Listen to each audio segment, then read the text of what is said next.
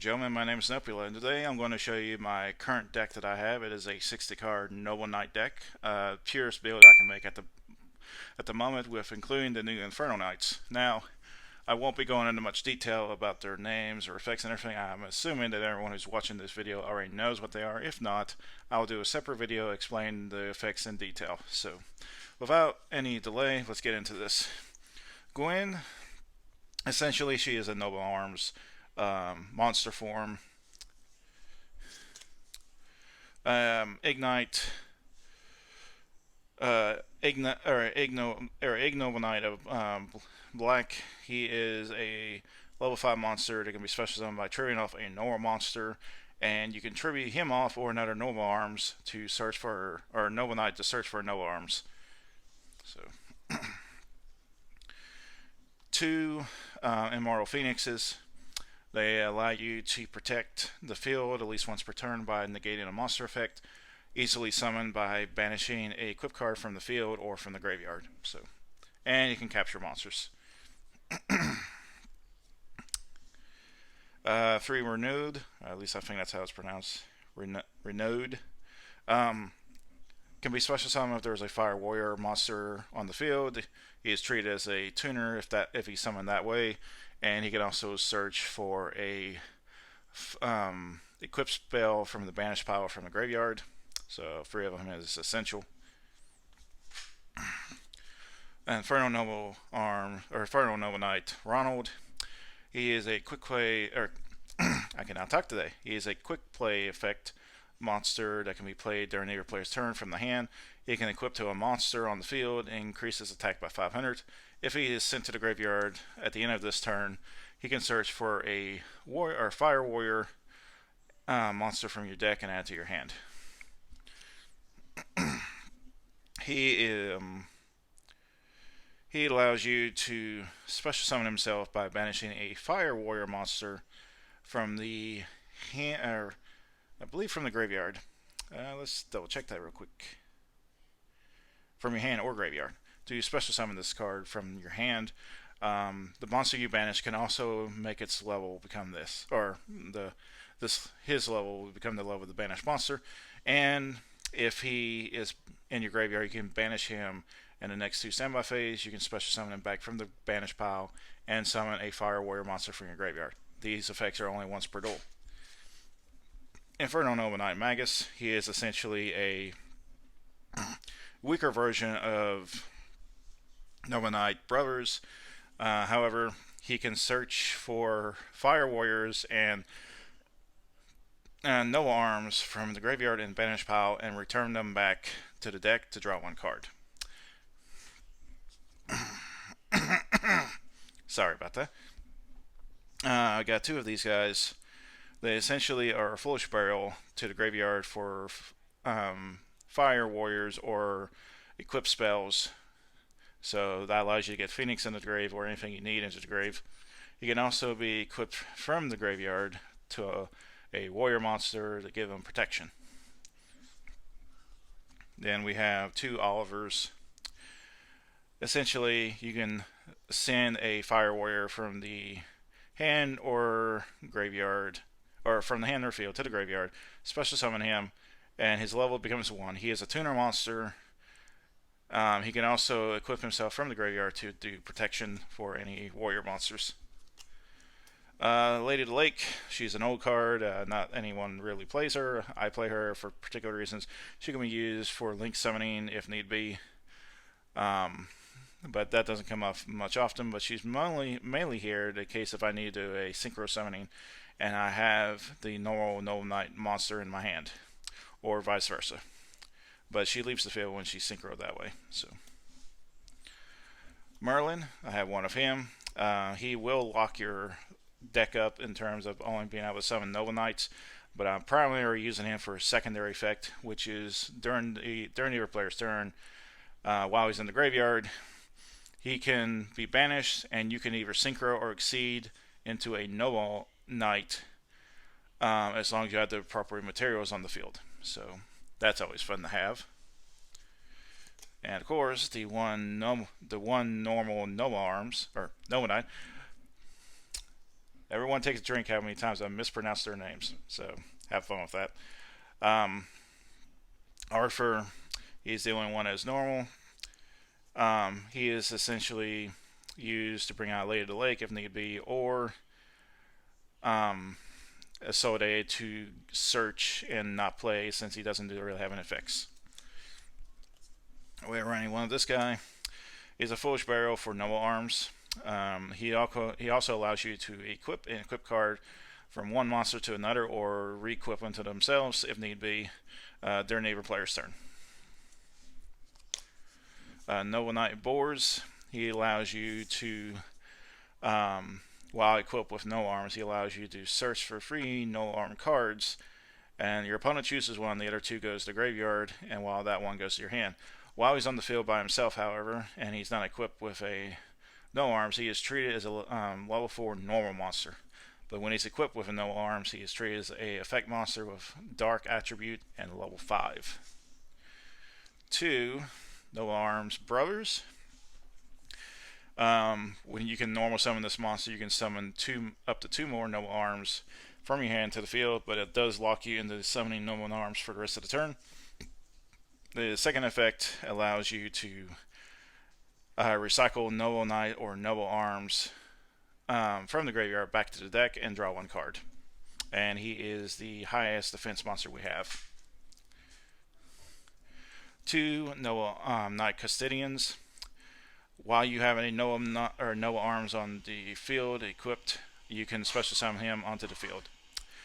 He can, if he is used for the summoning of a Noble Knight that is a Link, Synchro, or Exceed, the monster can have the following effect. You can summon one additional turn, but for the rest of the turn, you can only summon Noble Knights. Now, that is an optional effect that you can activate. You do not have to, and I would recommend not doing that. The only thing you're going for is to summon him onto the field to extend, because if you use his secondary effect whenever you summon a Link, or Synchro, or Exceed, you are immediately locked out from anything that is a non-Noble Knight. Noble Knight Dryden, or Drysten. He is essential for field control in a sense. If he's equipped with no arms, he will destroy any face-up card on the field. This could include himself or the no arms that he just equipped, but it can also be your opponent. He has a secondary effect, however, where if there are more Noble Knights on the field, the opponent must attack this monster if any of the Noble Knights are lower than 19. Next, we have Noble Knight Esther. I believe that's how it's pronounced, but essentially, he allows you to banish 2 Noble Knights from the graveyard to special summon him from the hand or graveyard, and that's essentially what he does for the deck. He's also a name. Noble Knight Guanya. As I said, names are not my thing, but essentially, if you control a light normal monster on the field, you can special summon this from your hand, and it's not on once per turn, so extension all day. Noble Knight Chaz. He is treated as a light normal monster while he's not equipped, and if he is equipped, he gets the following effect. You can target a Noble Knight monster in your graveyard, add it to your hand, and if you do, destroy one Noble Arms, equip spell card you control. You can only use this effect of this card once per turn. Essentially, he allows me to get resources if need be, but he's just another name, and I'll explain that in a little bit here. I have one of him. He's good and bad at the same time. The bad thing about him is that if you use his effect at all, you are locked into summoning only Noble Knights. Now, I do have non-Noble Knight monsters in my extra deck, but they're all warriors. So sometimes you need to go into non-Noble Knight monsters, but essentially, whenever he's equipped with a Noble Arms, he will activate and summon a token that is a warrior, which you can go into a solo day with. Noble Knight Jonah. She essentially, whenever she is sent to the graveyard, you can add a Noble Knight or a Noble Knight from your deck to your hand, or from your graveyard to your hand. But if she attacks during the damage step, she loses 300 attack power. So that's the only downside of her. But she is a 1900 beat stick, So, 3 Noah Knight Madrids. He is still decent in this deck. While he's on the field, he is rated as a level 4 normal light monster, but he has a no armors equipped to him. He becomes a dark level 5 effect monster, and as long as he's the only monster in the field, you can search for a Noble Knight from your deck and special summon it onto the field in defensive position. And it destroys the no arms when you activate this effect. Noble Knight Pelmar, or however you pronounce his name, essentially you can target one monster in the field and one no arms there is equipped to him, blow them up. He cannot attack this turn, but you get to draw one card. But he can also be used as link material or exceed material and all that, so that kind of eliminates his downside in a sense. Noble Knight Heresy. Whenever he is on the field, he is treated, I think, no, it's when he is equipped, he becomes a level 5 dark monster. And if he's sent to the graveyard while equipped to a Noble Arms equipped spell card, you can target a Noble Arms in the graveyard and add it to your hand. So essentially, if he dies with a equipped spell card, Noble Arms, you get to add a Noble Arms to your hand. Now that's all the monsters. Now we go into this equipped card. Essentially, it's the searcher for any fire warriors that you want, and that's always important. We go into this. Double attack is always fine. I'm using both effects of these equipped cards, so like I said, I'll explain that in more detail if y'all want me to, but I'm just going to do it as a quick reference. This allows you to search for a fire warrior from your graveyard and add it back to your hand. 2 Glory to Noble Knights. This allows you to equip an equipped card to an appropriate monster on the field, essentially a Noble Knight. So you can equip anything you need. 3 Heritage of Chalice. This is pretty much the reinforcement of the army for the deck, and a warrior returning alive as well, all in one combination. Plus, if a Noble Knight with equipped Noble Arms is destroyed in battle or destroyed by card effect, you can add this card back to your hand from the graveyard. So, and it's a once per turn effect. That's the only downside. 2 Last Chapters of the Noble Knight. This allows you to target any monster in the graveyard that has a level and 1 Noble Arms that's in the graveyard. Summon the monster and equip the Noble Arms to it. You can only use one of these once per turn. And of course we have the Monster Reborn, which is standard, and we are going into the old stuff here. This essentially allows you to destroy a set card on the field by losing a monster's attack power at 500 once per turn. This allows you to increase your life points. It also gives you an increase of attack power by 500 on both respects. All of the older ones have the effect of, if they are destroyed while equipped, they can re-equip themselves once per turn to a warrior no arms. So that detail is also a bit important. Next one, this allows you to, it costs 500 to activate, but the equipped monster can attack directly, but it's the only one that can attack this turn. Now I use this and the other one to do a direct attack with double attack, so that's always nice. One of him, Gallatin, pretty much equipped monster gains 1,000 attack. So it loses 200 attack during your standby phase.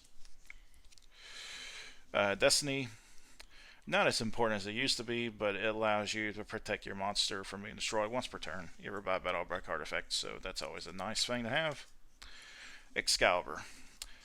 Essentially, I use this mainly as a secondary effect, which allows you to rank up or rank down for Noble Arms.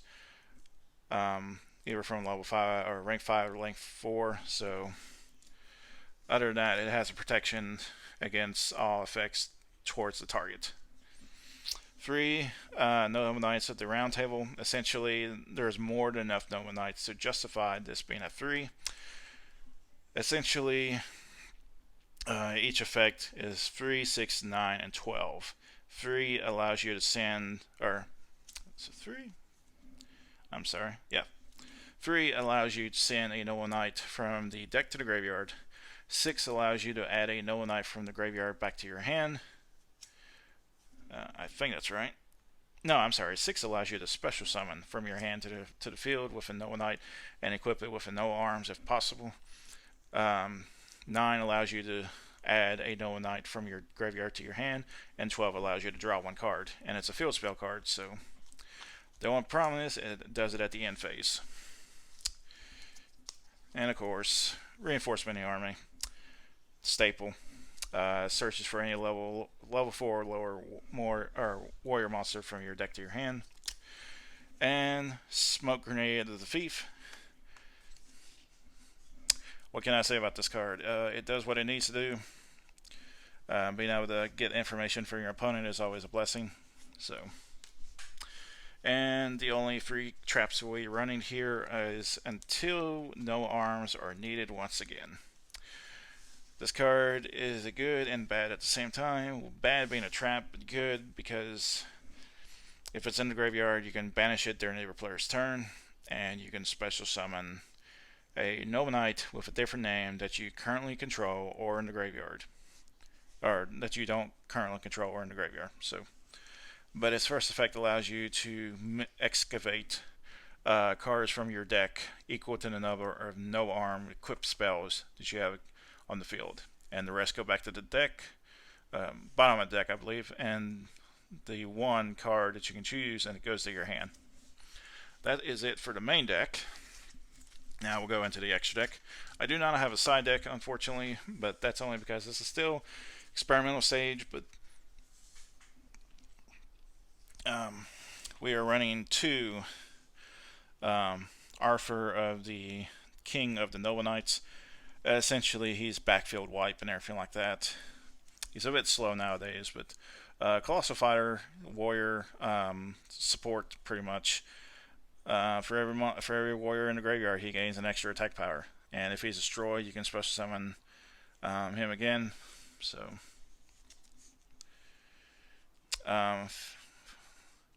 Ferocious Flame Swordsman.